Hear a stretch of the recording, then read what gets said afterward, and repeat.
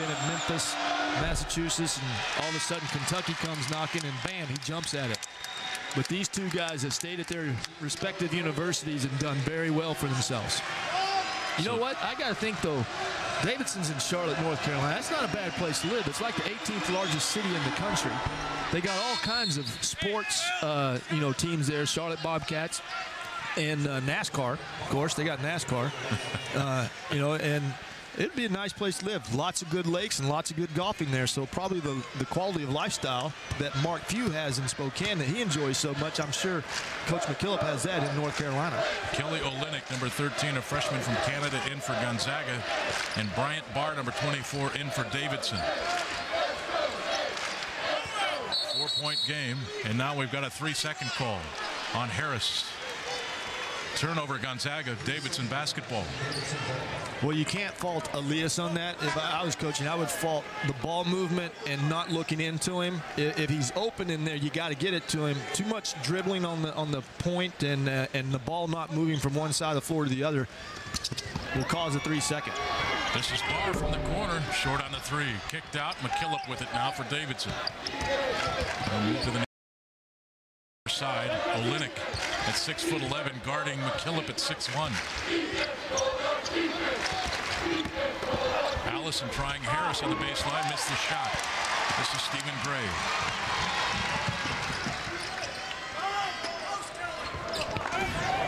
Here's Olynyk out on top, and they go to the post.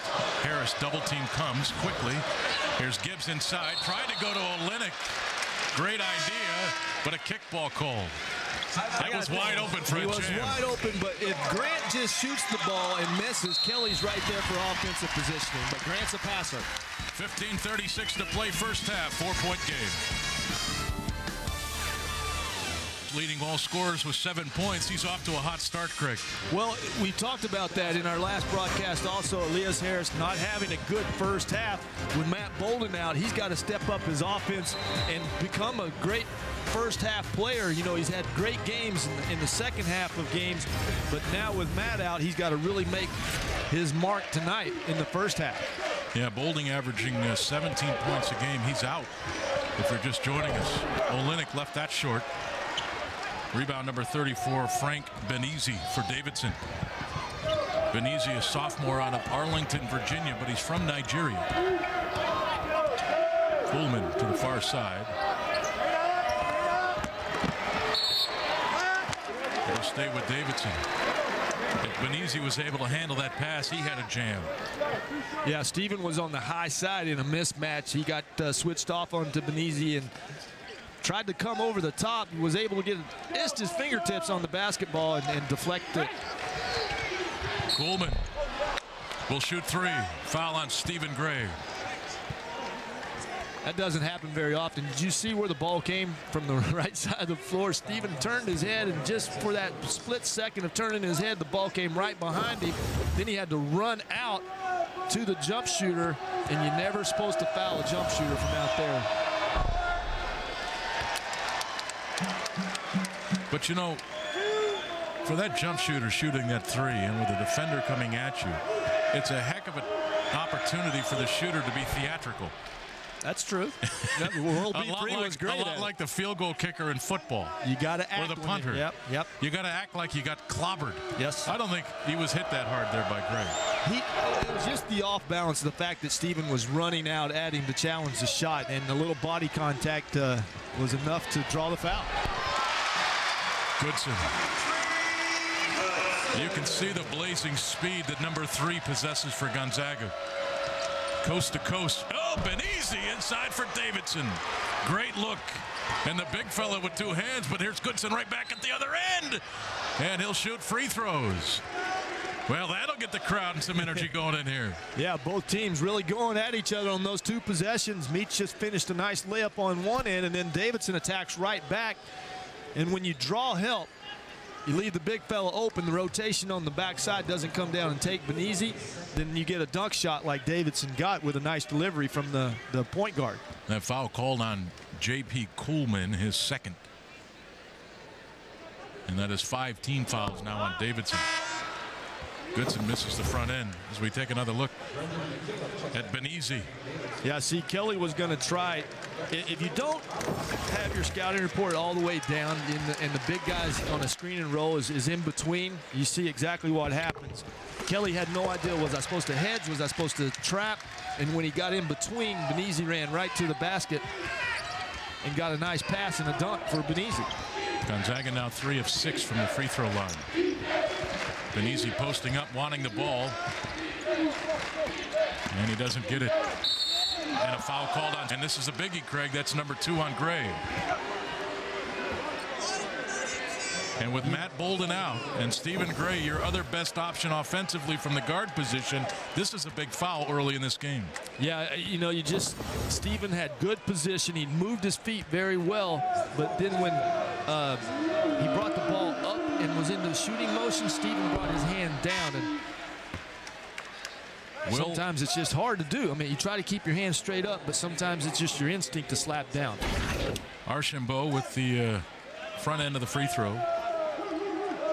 Stephen Gray out of the game, replaced by Mengistu Arap, a freshman out of Canada. 1 of 2 from the line. Dimitri Goodson, boy, really young lineup for Mark Few out there right now. Here's the elder, Robert Sacre, the sophomore. The sophomore playing with 4 freshmen. His other counterpart, Meach, is out there. Well, that's true, too. Okay. Yeah, Meach is a sophomore. Goodson's a sophomore. Yeah. A couple of sophomores and 3 freshmen. Still very young. Yep. Well, there should be a good defensive lineup with Ropp and Goodson. Quickness. Sacre patrolling the middle. Archambault missed the shot, deflected. And Benizi with it for Davidson and a new shot clock. You know, both of these teams have certain ways of playing basketball, and Davidson, just like Gonzaga, you know, they want to get to every loose ball and every opportunity. Wow, what a shot by Frank Benizi. That was about a 17-foot hook shot? Off the glass. No basket here by Goodson. Foul called prior to the shot.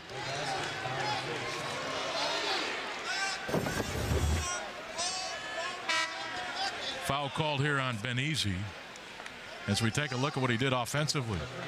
Great spin. Oh, off the glass. That's impressive. That is, from the distance he was shooting it from. That was by far the toughest shot of the night so far. 6'10" sophomore will go to the bench. And number 35, Dan Nelms, a senior out of Lake Forest, Illinois, in for Davidson. Both actually 6 fouls now on Davidson, so 1 more, and Gonzaga will be in the bonus.